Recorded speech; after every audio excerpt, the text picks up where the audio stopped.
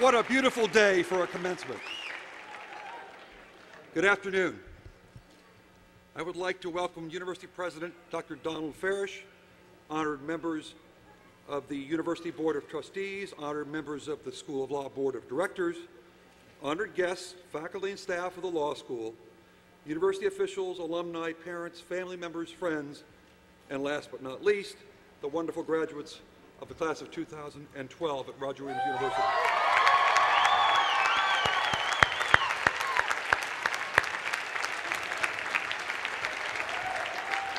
Renee De La Garza will now sing the national anthem.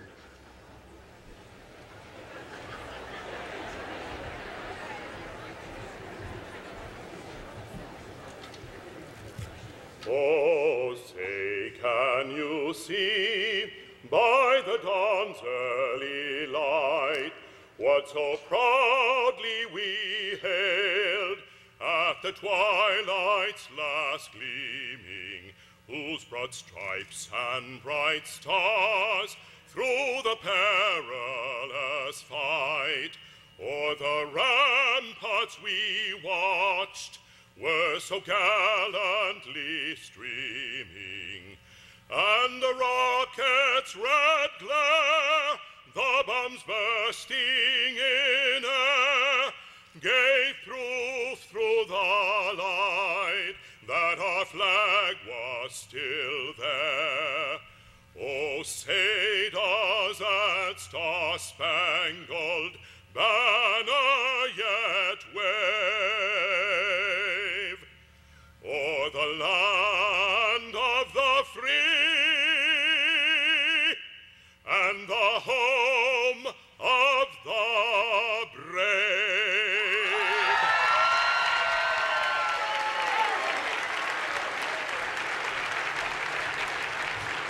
Please be seated.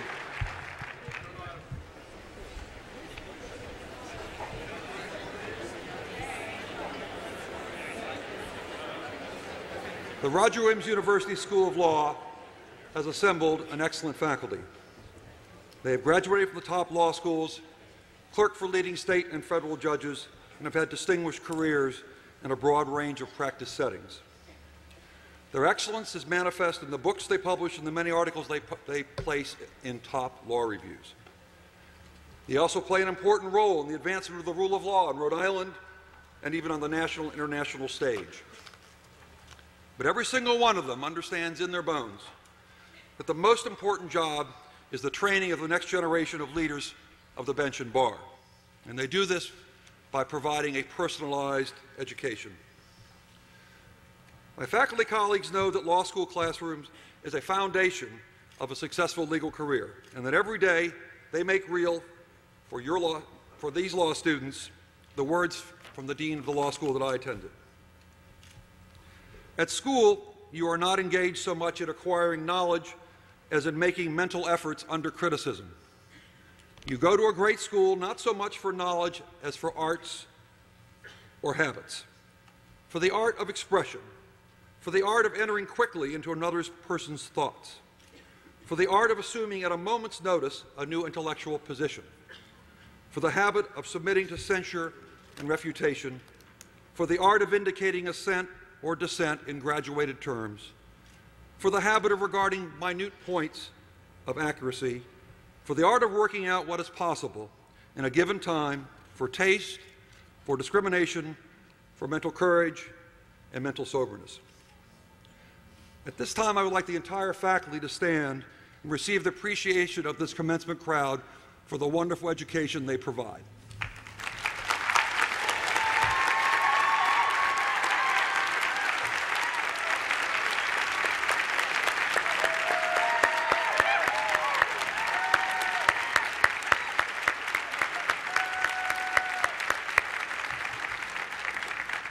Thank you. I am delighted at this moment to report that this morning the University Board of Trustees have approved the award of tenure and the rank of full professor for two of the top professors on the faculty, John Chung and Kiva Terry.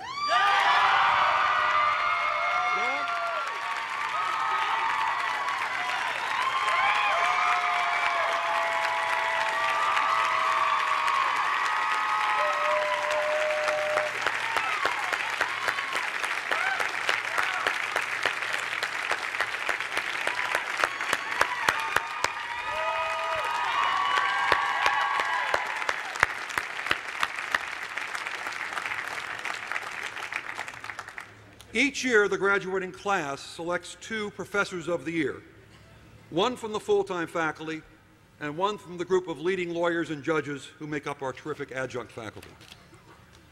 The winner of the award for the best full-time teacher in 2012 is John Chung. John?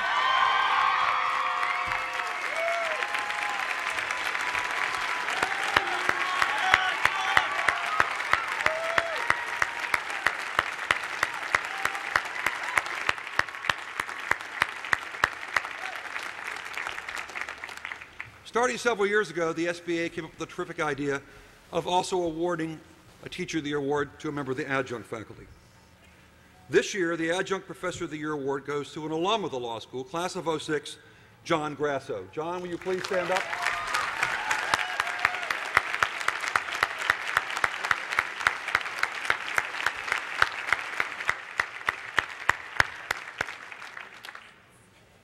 This year, the Student Bar Association began a tradition which I hope will continue by recognizing at commencement a member of the staff who make special efforts to make the experience of the law students happy, maybe, less stressful, hopefully, and helping them get through the day-to-day that leads to this wonderful event today. The first winner of this SBA award for Top Staff Person of the Year goes to Manny Tavares. Manny, where are you? Manny!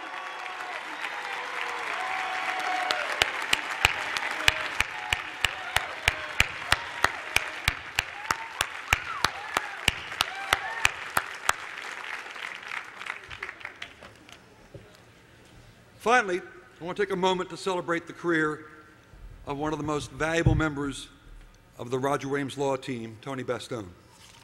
Tony came to us after being a Career Services Dean at 5 other law schools, most recently the University of Colorado, with the charge to kickstart a career services program at Roger Williams. In his 8 years here, he has implemented innovative programs, built an excellent staff, and provided wise counsel to hundreds of students and alums.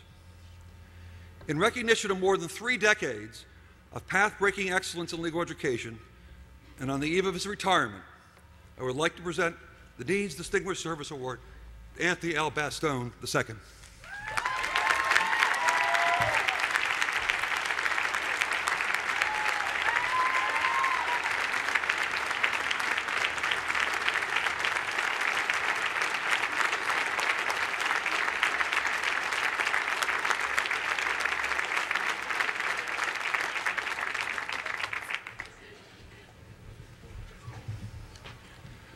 The journey from law school orientation to law school commencement takes years.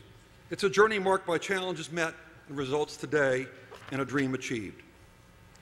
We know that few law students make this arduous journey without the help of people outside the halls of the law school. So now is the perfect time to recognize some of the people who provided valuable support to the graduates we honor today. First, it all starts with the parents. I would ask that all mothers and stepmothers and fathers and stepfathers of the class of 2012 please rise and accept our thanks for all you've done.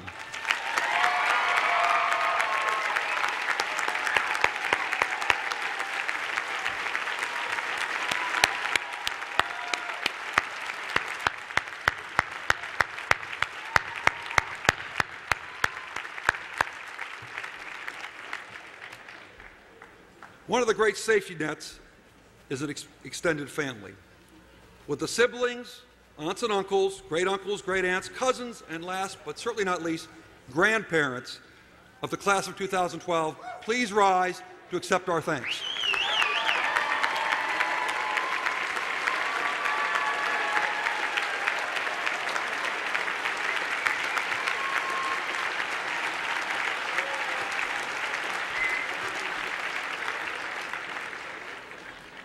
And finally, many law students are married or otherwise involved in long-term relationships, and these people provide so much support to a law student. Would all the domestic partners, spouses, common law or otherwise, plus their children, please stand and accept our thanks.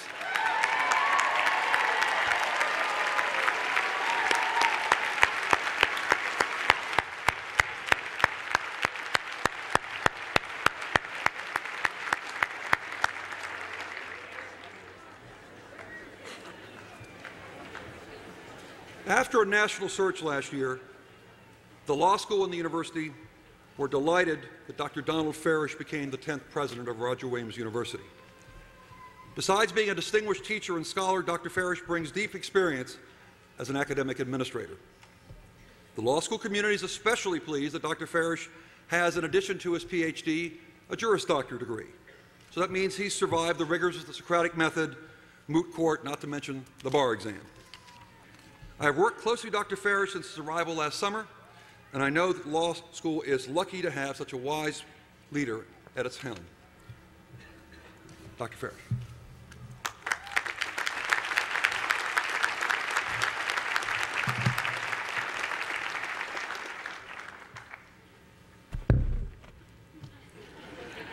That's going to happen a lot today.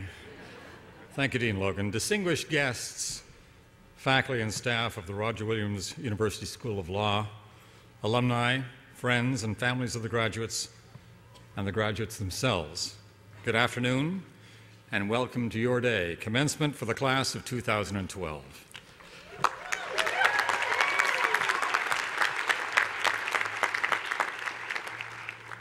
This is an exciting day for you, the graduates, because you're finally finished with your formal coursework and training and are ready to move on to the next stage of your lives. But it's also an exciting day for me because this is my first commencement at the law school as a sitting president. Allow me a short story. In the 1970s, I was on the biology faculty at the University of Missouri when I decided to study law. After finishing my degree and passing the bar, I accepted a position at the University of Rhode Island as the Assistant Dean of the College of Arts and Sciences. I was looking forward to spending time in the law library at the law school in Rhode Island. I hadn't bothered to check whether it was at URI at Brown, but I wasn't particularly concerned about the location. Well, this was 1979, and as you know, at that time there was no law school in Rhode Island. It hadn't occurred to me that there would be a state without a law school, so the joke was on me. Fast forward 32 years, and now I find myself at a university with a law school. And it's only because Roger Williams University decided to create one. Earlier this year, Judge Selya told me something of the history of the school and how he had been approached to do a feasibility study, something he declined because he didn't believe at the time that a law school was necessary in the state, given the availability of law schools in the Boston area. Judge Selya now admits that he was incorrect, as were many others in the legal profession at the time. We have seen in the now nearly 20-year history of the school how profound the impact of a law school has been on the workings of the state of Rhode Island. In addition to obvious improvements in the quality of legal practice and the much greater availability of legal services to the public, there is also no question that the law school has played a significant role in reducing corruption and unethical behavior on the part of public officials. Corruption has certainly not been eliminated, but it is on the wane because of the Rhode Island Bar and Bench and the public itself, who have raised their expectations that public officials will exemplify ethical behavior, and there will be both public and judicial condemnation of lapses in such behavior.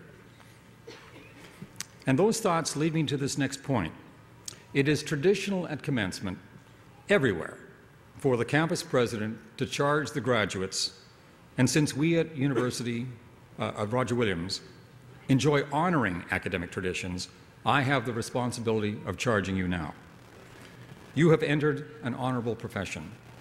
As a nation that follows the rule of law, we depend on some of each generation's sharpest minds becoming lawyers and ensuring that the rights of society are balanced with the rights of the individual. We need talented lawyers to protect society from those who would cause it harm, to defend the individual against overly aggressive regulation and governmental bureaucracy, to ensure that all members of our society have access to legal representation when they need it. In short, to keep society's machinery running smoothly. These activities must be carried out at the highest ethical levels so as to ensure that society never becomes mistrustful of the legal process. These are significant responsibilities, but asking anything less of you is to diminish the importance of the roles you will play.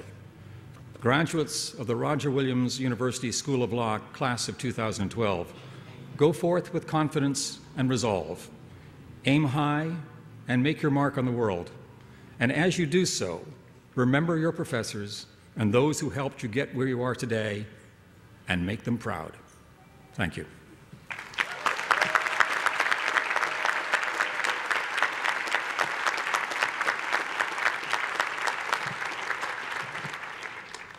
The School of Law is indeed fortunate to be able to award honorary degrees today to the Honorable Jack B. Weinstein and the Honorable Maureen McKenna Goldberg. Would School of Law Board of Director Roscoe Howard please escort the Honorable Jack B. Weinstein to the podium?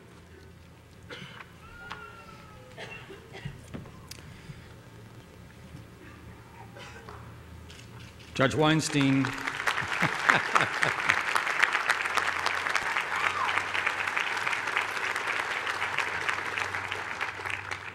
I'm supposed to introduce him before you sit. Judge Weinstein, you are one of the most respected and influential jurists in America.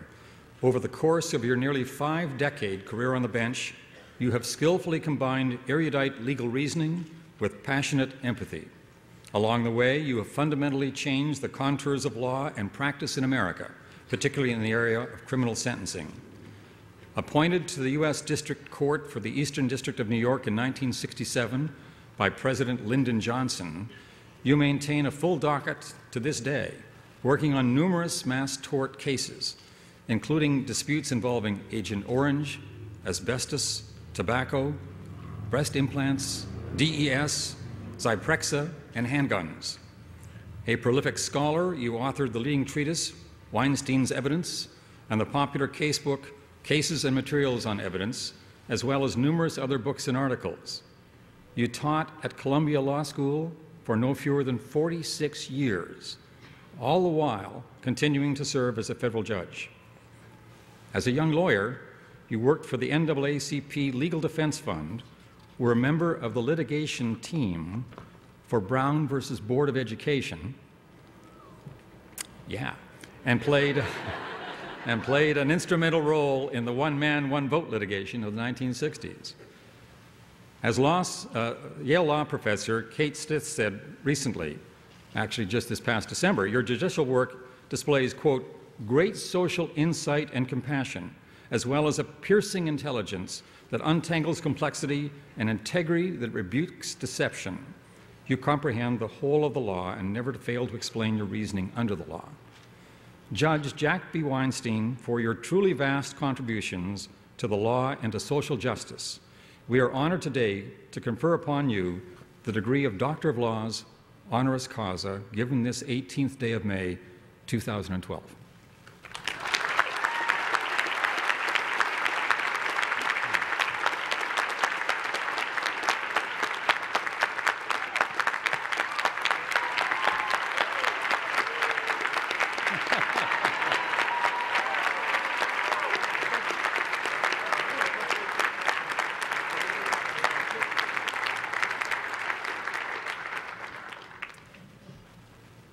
Would the Honorable Francis Flaherty please escort Justice Maureen McKenna Goldberg to the podium.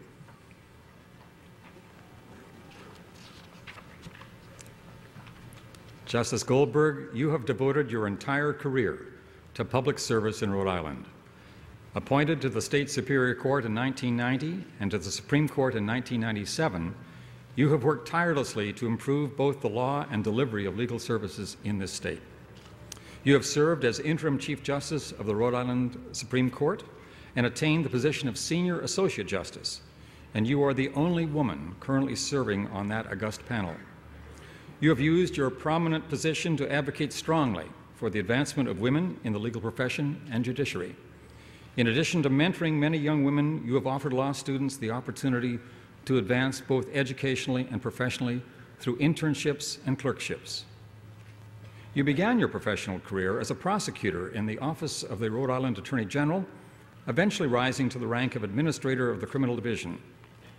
Later, in private practice, you continued to serve the state and its municipalities, frequently on a pro bono basis, until your appointment to the bench.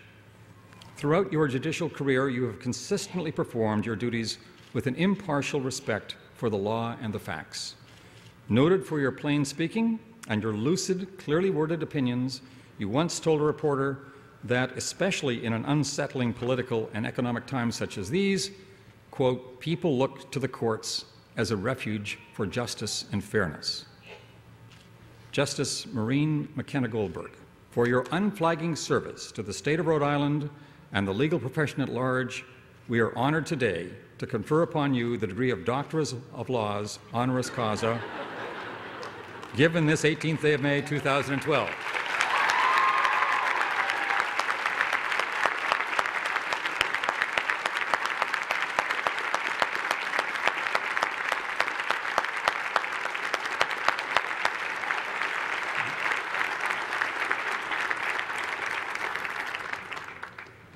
I now invite the Honorable Jack B. Weinstein to make the commencement address.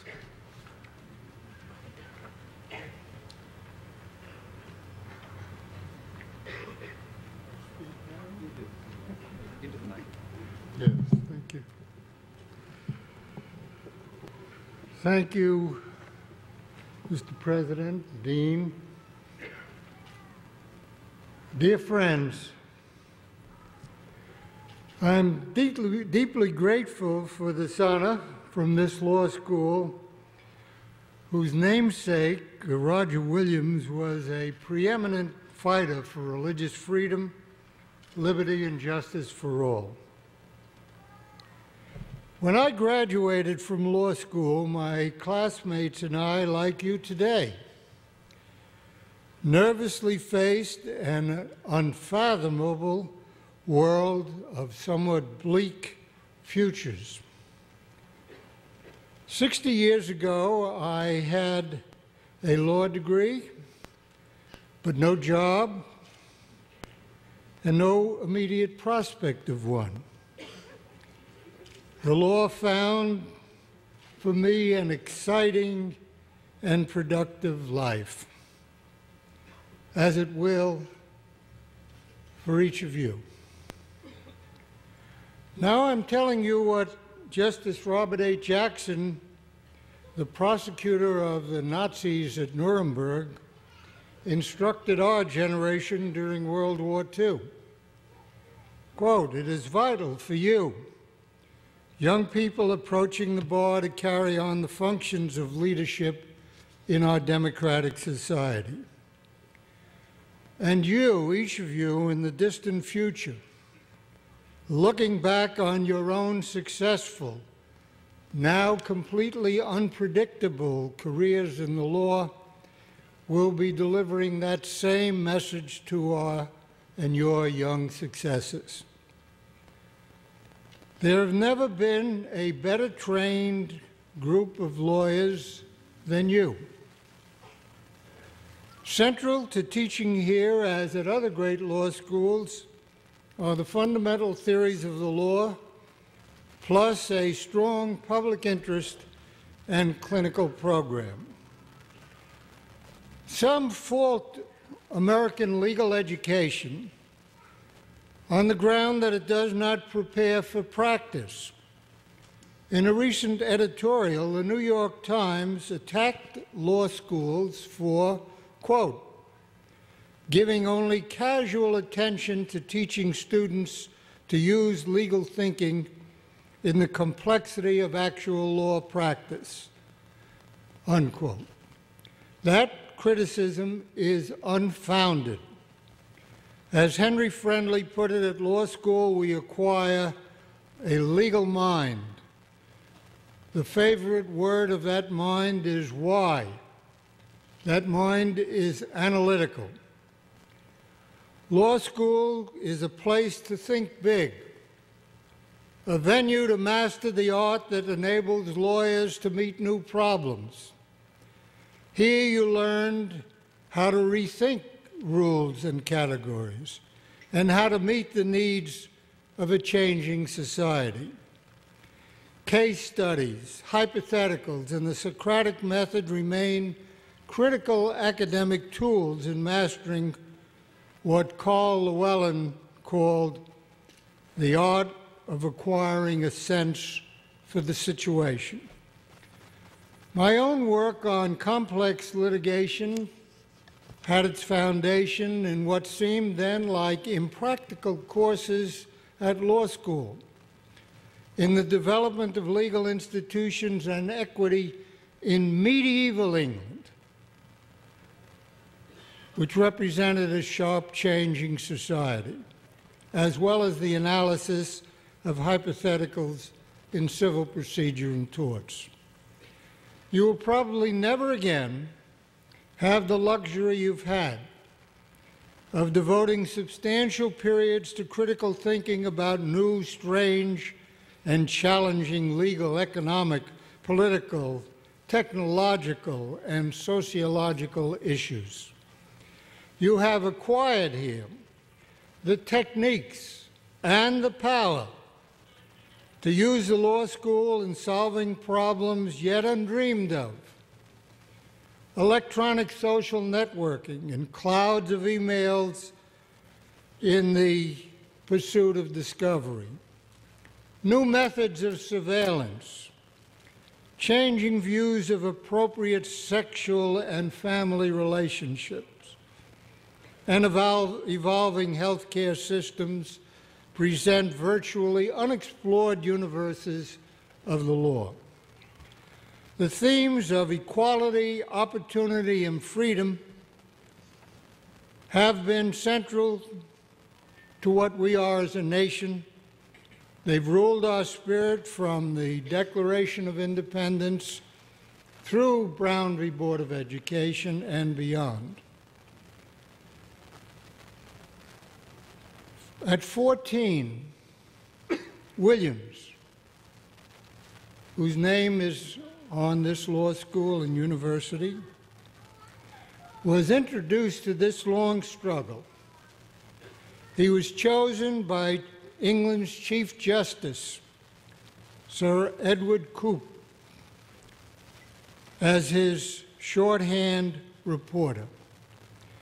There he observed the battle with English royalty in the courts and in Parliament against tyranny. Coke paid with his life for speaking up. As one of Williams' biographers put it, quote, "The principles which Coke announced and articulated clearly anchored Williams' thinking and provided the basis for much of our revolutionary Constitution." The essence of Coke's views were encapsulated in his comment that every Englishman's house was his castle, and that the government could and should not seek any window into men's souls. You and I know that serious social and economic problems continue. The Supreme Court's decisions hobbling schools and other institutions in their efforts to overcome the effects of past discrimination have only temporarily slowed the law's pursuit of equal opportunity. Maltreatment was anathema to Roger Williams. He opposed its imposition on Indians as well as on the unorthodox. He knew it himself when he was forced into the freezing wilderness because of his ideas. Today, our federal criminal law remains unnecessarily brutal. As Nietzsche advised, we should, quote, distrust all in whom the impulse to punish is powerful, unquote. Unnecessarily sentence harshness is not acceptable. Long mandatory minimum sentences eliminate the essential judges require, the essential leeway that judges require to tailor penalties and treatment to the needs of the public as well as to those of the defendants, their families, and their communities. As a result of unnecessary long incarcerations, we now have in this country the largest per capita prison population in the world. a crushing and unnecessary burden on those convicted and their families, as well as on the taxpayers. As the Federal Sentencing Commission recently noted, mandatory minimum sentences affect Hispanic and African Americans more adversely than others, and they're racially discriminatory in their effect. In their impact on curious youngsters of every background who have viewed child pornography on the internet, the effects of the mandatory minimums are often horrendous. Long prison terms, followed by legally imposed ostracism for life as a result of the transient curiosity of adolescents. Courts are now beginning to express revulsion at such mandatory minimums. As one judge summed up the matter, quote, "The problem is the gross disparity, inequality, and unfairness that exists in sentencing generally, but even more so in these child pornography viewer cases." Jurors in my district have shown a good sense of the need to moderate punishment. They have, for example, refused, despite repeated prosecutions called for from Washington for capital punishment, to impose a death sentence. And of course, here in Rhode Island, you've taken the leadership, and so has your governor, in expressing that revulsion. Now, for all of us, it is the lack of jobs that remains a chief barrier not only to rehabilitation, but that dark cloud that hangs over us as a nation stifles vital opportunity for many from all classes.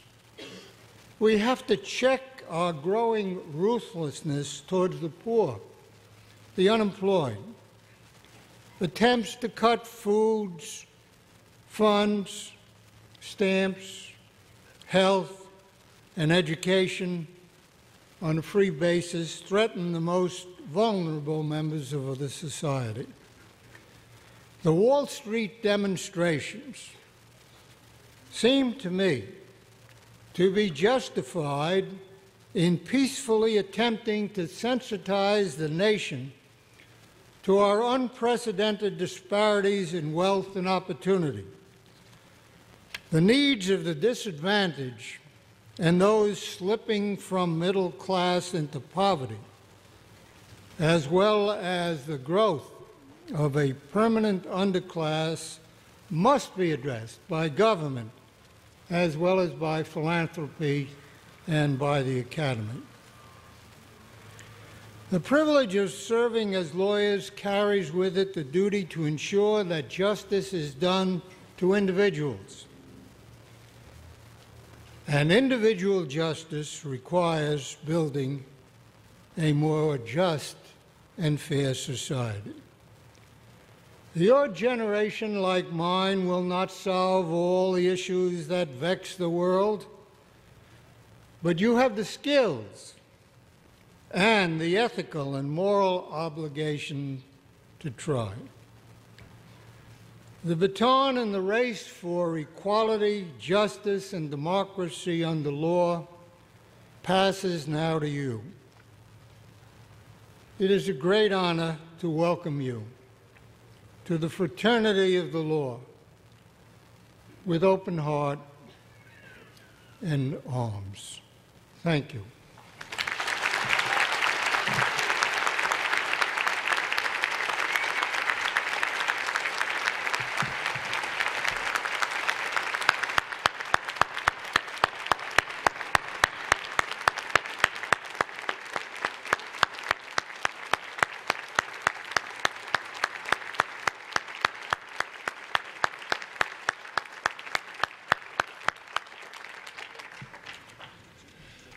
Thank you, Judge Weinstein, for those wonderful remarks. At this point in the commencement ceremony, the 17th for the School of Law, I invite the class valedictorian, Catherine Newby-Kishvi, to now offer remarks on behalf of her class. Kate?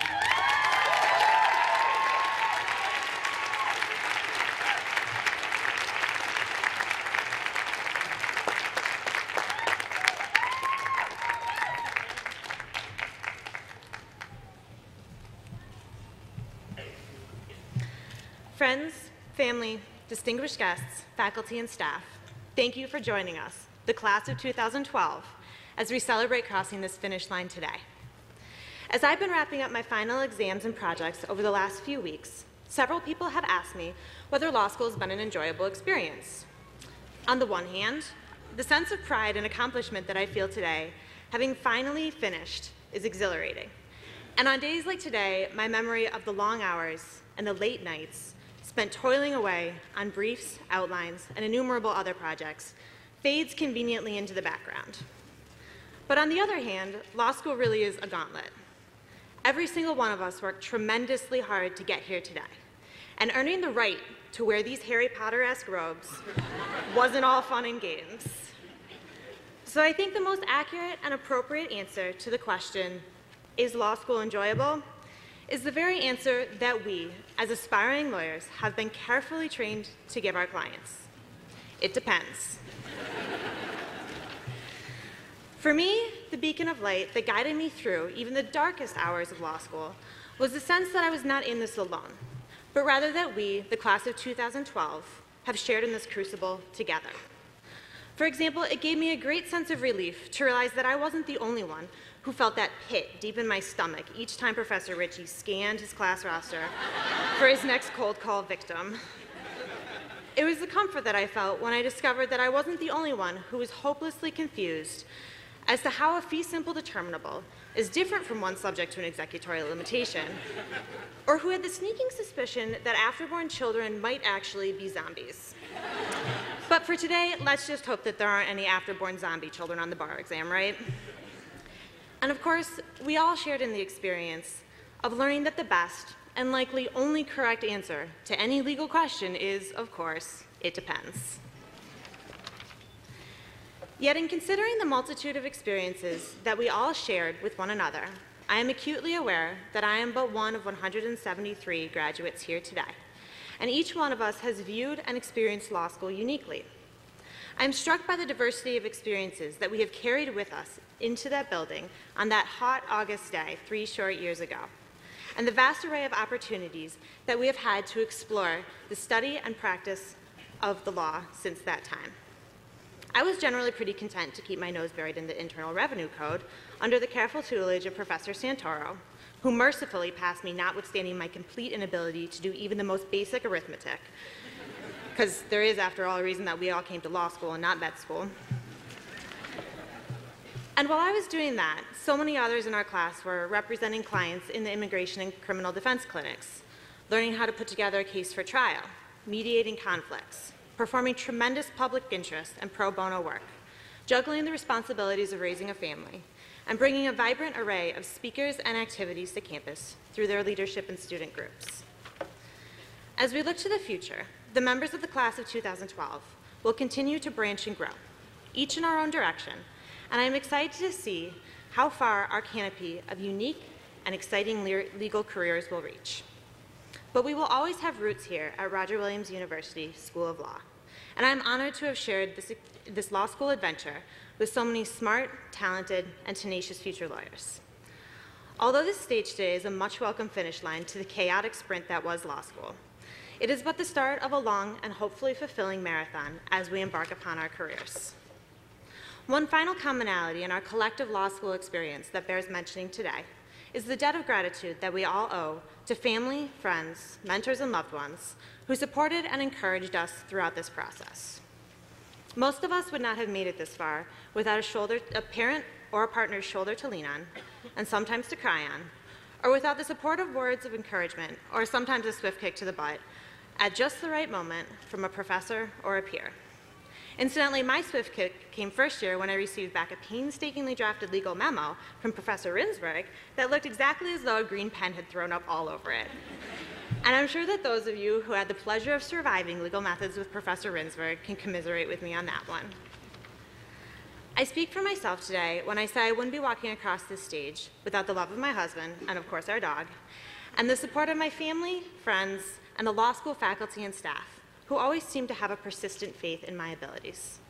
And I would venture that many of today's graduates feel the same sense of appreciation for the people in their lives who patiently tolerated the late nights and the long hours, the stress and the tears, and who provided love, support, and even a cheerleading squad in those moments when we needed it the most. Where will we all be in 5, 20, or even 50 years? Hey, it depends. But I think that if the students of the class of 2012 continue along the paths that we have begun to forge here at Roger Williams, there will be plenty of success. And I have complete confidence that among those graduating today, there will be fantastic lawyers, dynamic politicians, vibrant community leaders, and thoughtful jurists. Congratulations and good luck as you embark upon your exciting new careers in service to your clients and your communities. Class of 2012, we did it.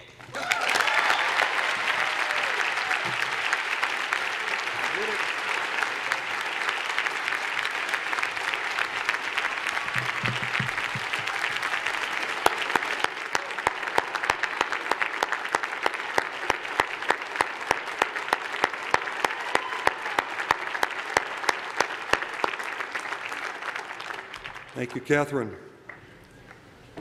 As you leave the familiar grounds of law school to undertake a career in the law, I challenge you to retain that sense of hope and optimism that you brought with you on your first day of law school.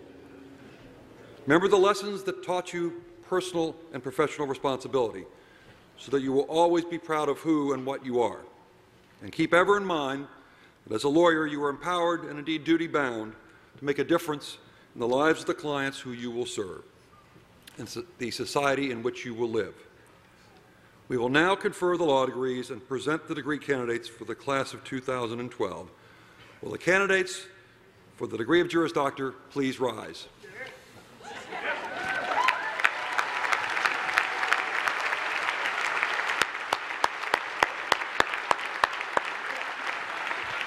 President Donald Farish, I certify on behalf of the faculty of the School of Law that these candidates are eligible for the degree of Juris Doctor.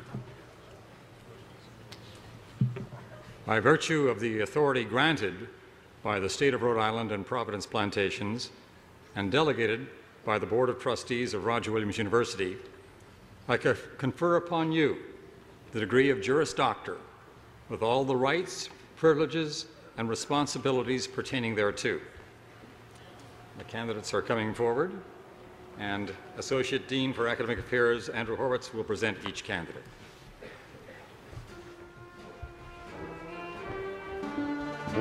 Mariana Ormond.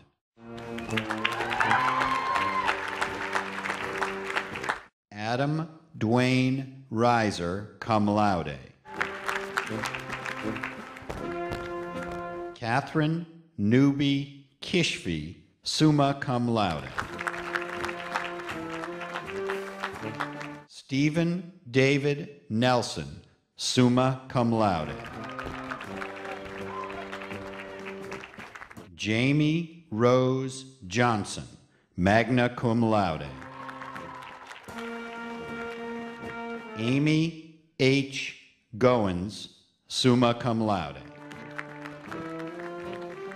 Peter F. Squires, magna cum laude.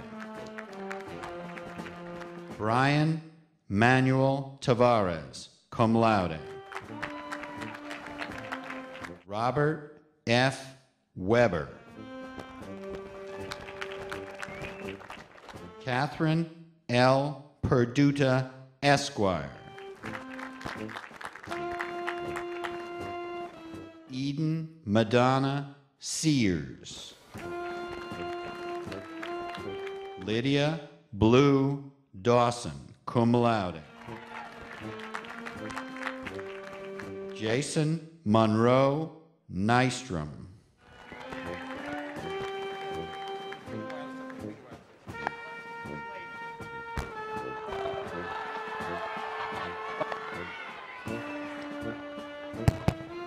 Alec Slater.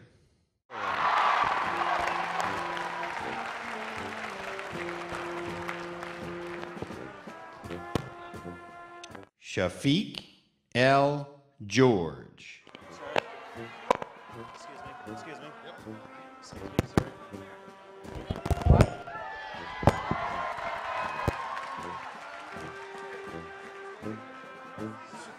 All right, we're going to repeat Shafiq L. George.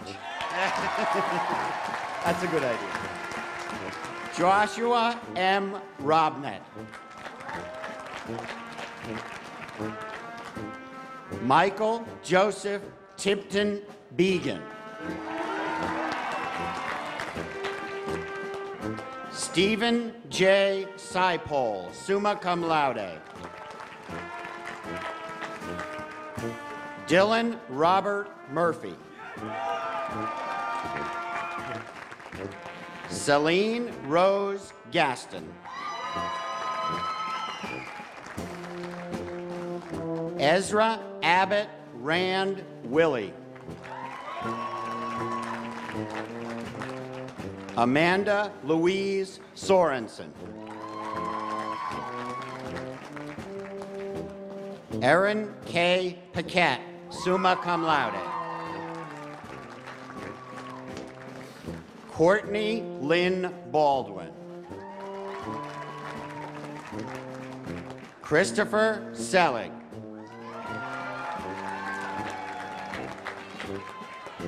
Kimberly Elizabeth Bear Roush. Sherry Lewis Rothgeb. Catherine McCann, cum laude. Rosemary Naomi Gushikin. Basanya A. Babumba.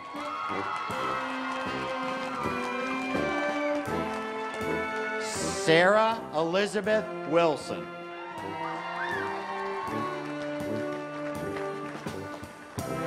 Michelle Elise Nichols, cum laude.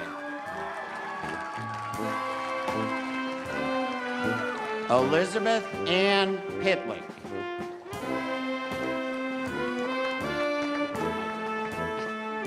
Lauren Amy Broccoli.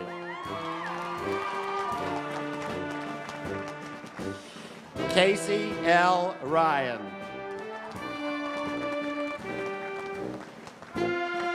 Brittany J. Muirhead. Dione Garcia.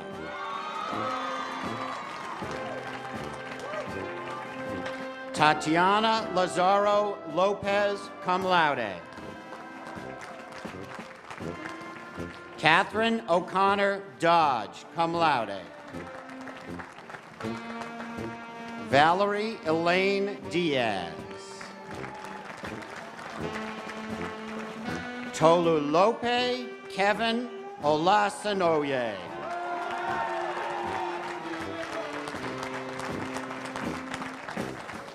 Catherine Marie Sylvia, cum laude. Catherine Koletsky, LMCJ, magna cum laude. Jonathan Alexander Cook. Ashley Jane Hornstein.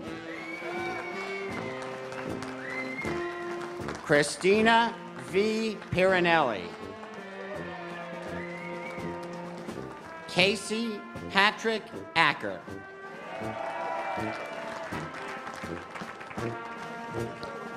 Justin Kane Toohey. Carrie Jane Culpa. Jolie Elise Vacchi, cum laude. Scott Robert Gunst, Jr. Peter Michael Araka, magna cum laude. Kristen L. Lawrence. Melanie Shapiro. Catherine B. Kramer, LMMA. Sarah Melissa Parker, LMMA, magna cum laude. Jocelyn Elena Kravitz, cum laude. John James Stickney. Kristen Lynn Bonjour. Julie Ann Tran. Amelia Rose Coley. Jesse Ray Passmore, cum laude. Amanda Montgomery.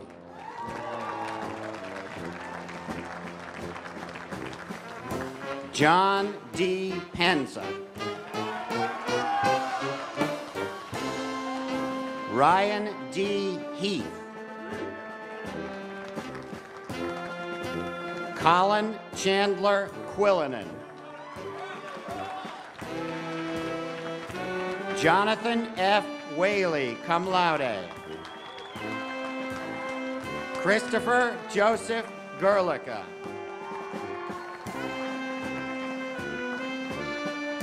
Taylor Ashley McClure, cum laude.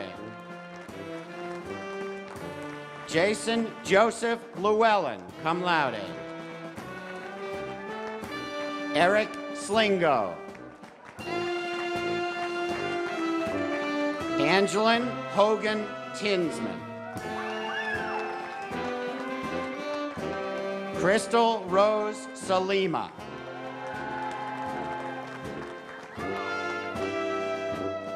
Alyssa Ann Stein.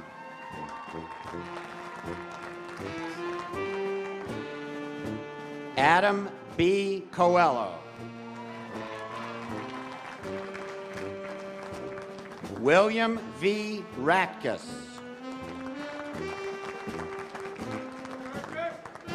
Zachary Aaron Morey.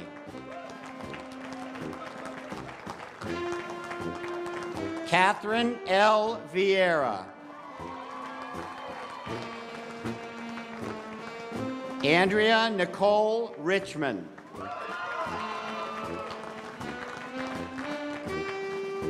Michael Stephanie.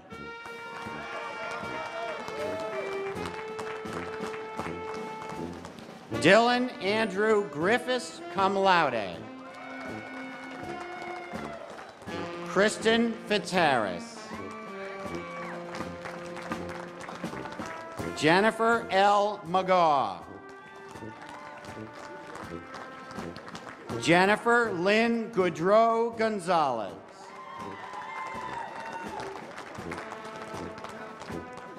Nicholas F. Iarochi.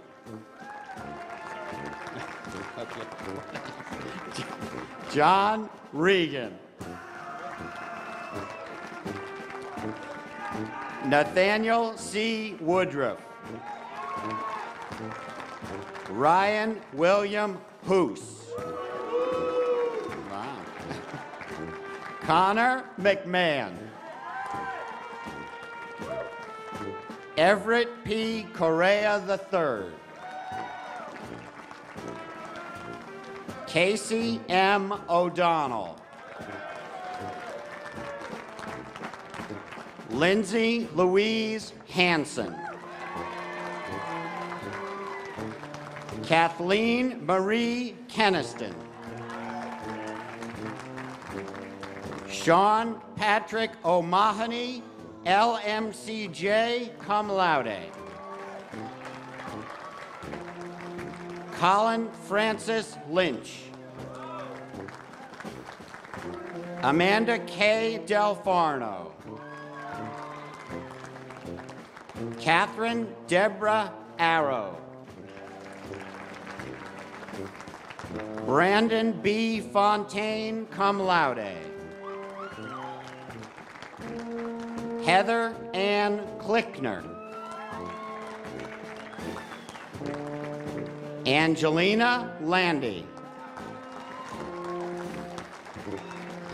Michelle LeBlanc Fraser. Sheila Venel O'Rourke, magna cum laude. Lindsay M. Vick, cum laude.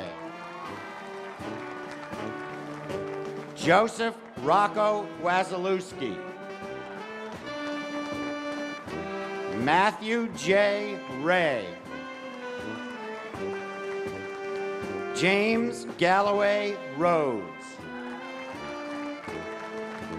Philip Samuel Ornstill. Joshua Armand Hoffman. Martin J. Murphy. Eric Benjamin Hogberg, cum laude. Mark Errol Lovering. Adam H. Thayer. Elizabeth M. Tredup. Casey L. Cole Vieira, cum laude. Daniel K. Majewski. Richard Finnegan III. Andre S. DeJoux, Esquire, cum laude. Timothy J. Grimes, cum laude. Joshua P. Dunn, summa cum laude.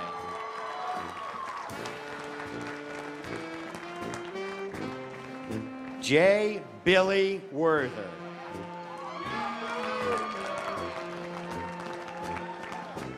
Christopher Bruno Maravelli, magna cum laude. Angelo P. Calcagni, Esquire.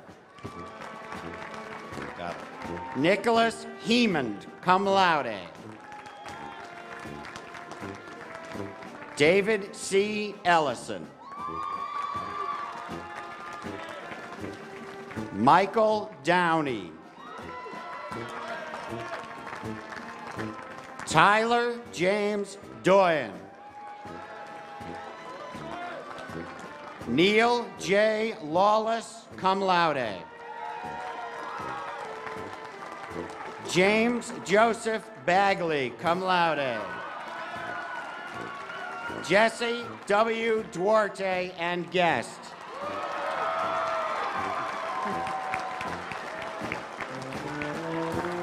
Mary Rose Watson, cum laude.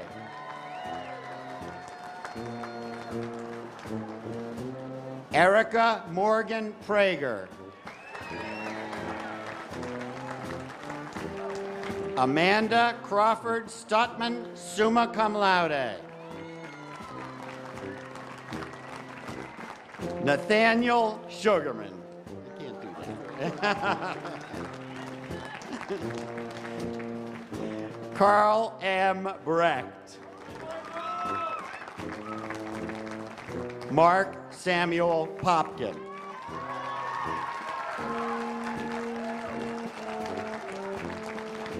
William Hamlet Martocha III. Okay. Lawrence P. Almano Jr.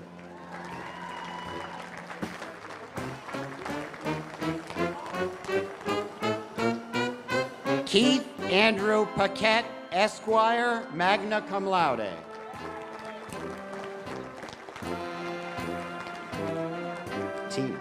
Tina Kathleen Kearns, Esquire.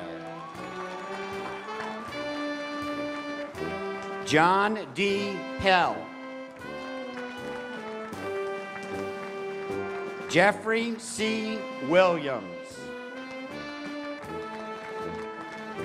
Alex Daniel Marzalowski.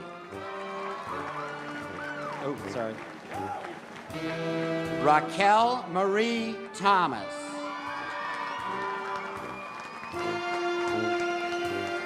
Elizabeth Ann McMullen. Catherine E. Bednars, magna cum laude. John Michael Bartlett. Mark Harris Williams, cum laude. Anne Elizabeth Rowan. Jessica A. McCardle. Victoria Miranda. Devon Grace Landis. Caitlin Elise Lantane. Jenna Ray Pingatori. Stephen Matthew Almeida. Sean R. Doherty, cum laude.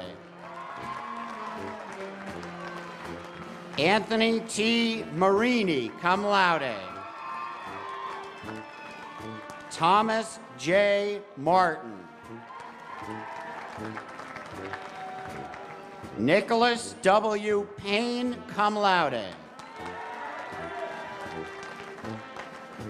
James Michael Roy. Nicholas Huising Obolensky, LMMA, cum laude. No. Jesse Ware Giddings.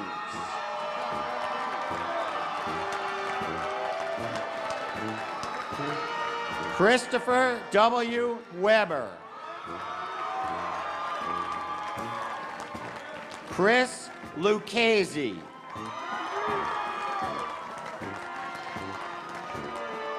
Christopher M. Crowley, cum laude. Joseph Michael Lukenda. Owen Patrick Costello. David Michael DeSegna, magna cum laude. Cameron Ross Boucher. Jessica A. Doyle, magna cum laude. Catherine Ann Hellender. Lisa M. Bowie, magna cum laude. Kimberly Ann Arndt, cum laude.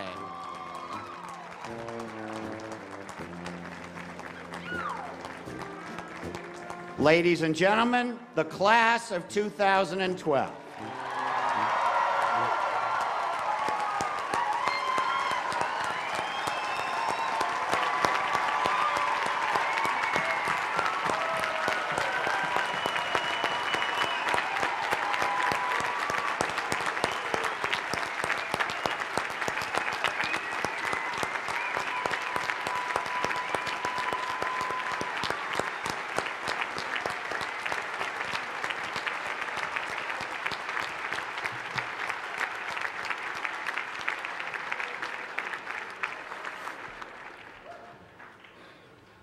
Before you depart our lovely campus, I encourage the graduates and their families to join us at the law school for some light snacks and a chance to shake hands, hug, pose for pictures with faculty and friends, and celebrate the conclusion of a remarkable journey. I want to close these commencement exercises with a request familiar to fans of the writer Garrison Keillor.